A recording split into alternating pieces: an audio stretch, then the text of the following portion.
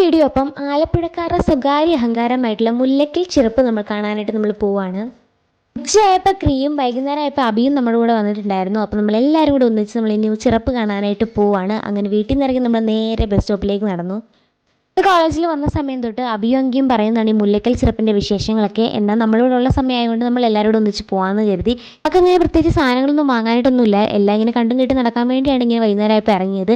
ഒരു സൈഡിൽ കയറിയപ്പോൾ തന്നെ നല്ല രീതിയിൽ ലേറ്റ് ആയിട്ടുണ്ടായിരുന്നു. നമ്മളുടെ 7 മണിയാകുമ്പോൾ തിരിച്ച് വന്നേക്കണമെന്ന് പറഞ്ഞിട്ടാണ് നമ്മളെ അമ്മ വിട്ടേക്കുന്നത്. ട്രിപ്പ് തുടങ്ങുന്ന അവിടെ തൊട്ട് അങ്ങറ്റം വരെയുള്ള കടകളിലെല്ലാം നമ്മൾ കയറിയിട്ടുണ്ടായിരുന്നു. ഒന്നും വാങ്ങാനല്ലെങ്കിലും ചുമ്മാ എല്ലാം കണ്ടു നിൽക്കാനായിട്ട്.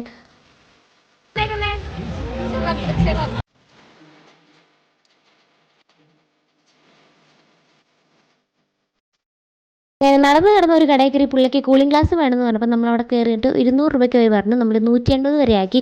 അപ്പോഴാണ് പുള്ളിക്ക് ഇത് വാങ്ങാൻ യാതൊരുവിധ പ്ലാനും ഇല്ലാതെന്ന് ഞാൻ മനസ്സിലാക്കിയത്. പിന്നെ അത് നേരെ തിരിച്ചു കൊടുത്ത് നമ്മളവിടെ നിന്ന് ഇറങ്ങി. എനിക്കാണെങ്കിൽ അങ്ങനെ വേറെ കാര്യങ്ങളോട് വലിയ താല്പര്യമൊന്നുമില്ല. പക്ഷേ കമ്മലുകട കണ്ടാൽ ഞാൻ അവിടെ കിടക്കും. അതുപോലെ എനിക്ക് ഭയങ്കര ഇഷ്ടമാണ്. ഒത്തിരി കളക്ഷൻസ് ഉണ്ട് എൻ്റെ കയ്യിൽ. കമ്മലുകട എവിടെ കണ്ടാലും ആന കരിമ്പങ്കാട്ടിൽ കയറിയ അവസ്ഥയാണ്. എല്ലാം കയറി കണ്ണ് നടന്നിട്ട് നമ്മളവിടെ നിന്ന് ഇറങ്ങുള്ളൂ. ഞാൻ 2-3 എടുക്കുകയും ചെയ്തിട്ടുണ്ടായിരുന്നു.